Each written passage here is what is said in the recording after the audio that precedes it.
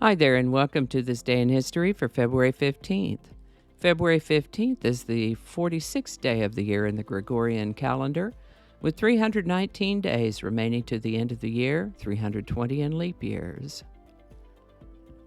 Today's word is grok. Grok is a verb that means to understand profoundly and intuitively. I like that. As I read this definition, I think of a line in David Lynch's 1984 film Dune, which is based on Frank Herbert's 1965 novel Dune. It's been a while since I've seen it, but they've given Paul a particular garment called a still suit. He puts it on and does all the fittings and adjustments correctly as if he's worn a still suit every day of his life, even though he's new to the planet as a young adult. No big deal.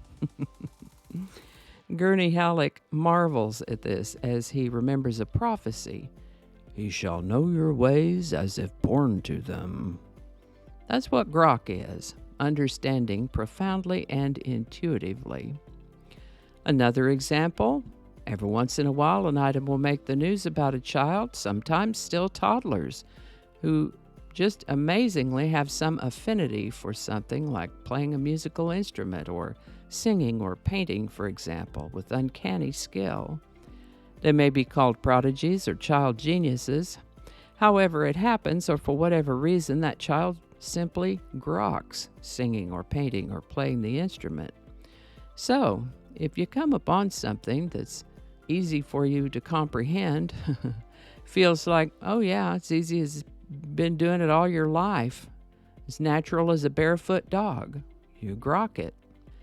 This word grok was introduced in Robert Heinlein's 1961 science fiction novel, Stranger in a Strange Land, which is about a human who was born on Mars, raised by Martians, and then comes to Earth as a young adult. Intriguing concept, isn't it?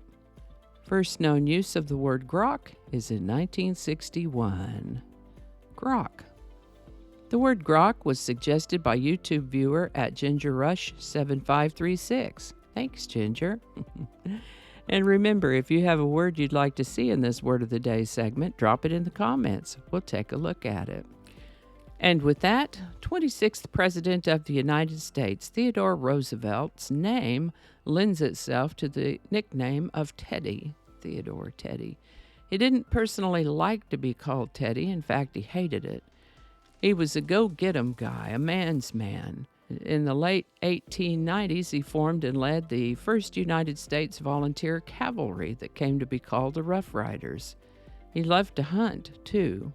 For all that tough manliness, Theodore Roosevelt is also remembered for his philosophy of speak softly and carry a big stick, which is about negotiating peacefully, but also having strength in case things go wrong. Somewhere along the way, an incident occurred involving a bear, and a political cartoon depicting a cute little bear cub inspired businessman and creative Morris Mitchton to create a plush doll in the form of a bear. He sent one to President Roosevelt, and on February 15th, 1903, Mr. Mitchton placed two such bears in the window of his candy store with a sign that said Teddy's Bears. They were immediately popular and have been part of American childhood ever since. Teddy bears. Well, as long as yesterday's episode was, today's will be much shorter. If you're curious as to what other things I might have covered in a previous year for this date, I'll leave a link for you.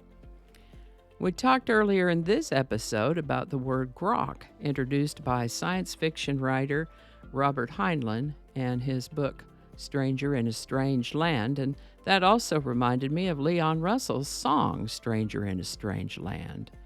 Written by Leon Russell and Don Preston, this Stranger in a Strange Land was released in 1971 on the album Leon Russell and the Shelter People. Some great lines in that song, though. Stranger in a Strange Land by Leon Russell. Link in the description. Alrighty, thank you so much for watching. Consider subscribing if you haven't already. Feel free to share this video with a link in your email, messaging, or social media. If you enjoy this series, you can check out the playlist that contains these videos. I'll put a link to that in the description. That description lives on YouTube, so for other platforms, I'll include a link to my blog page that's called No Really. You can also find me on Rumble, BitChute, and Odyssey. All those links in that description. Alrighty, that's all I can think of right now. Thanks again, and I'll see you next time.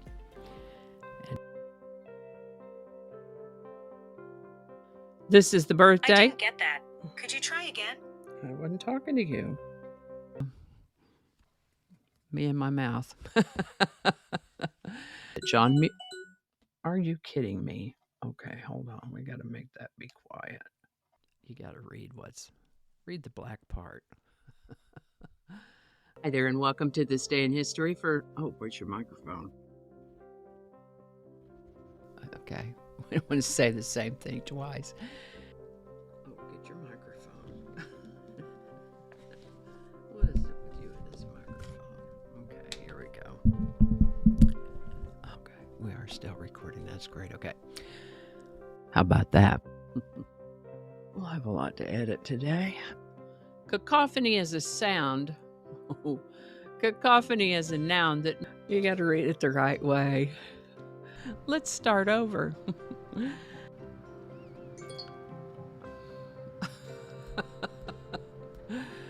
It's 8 o'clock, so all of the reminders are going to be dinging. I forgot to turn those off. Okay, stop it. It's 8 o'clock. Don't alienate people who can be helpful to you. Flinging happiness all over the place. Alrighty, back to work. I think we got it this time.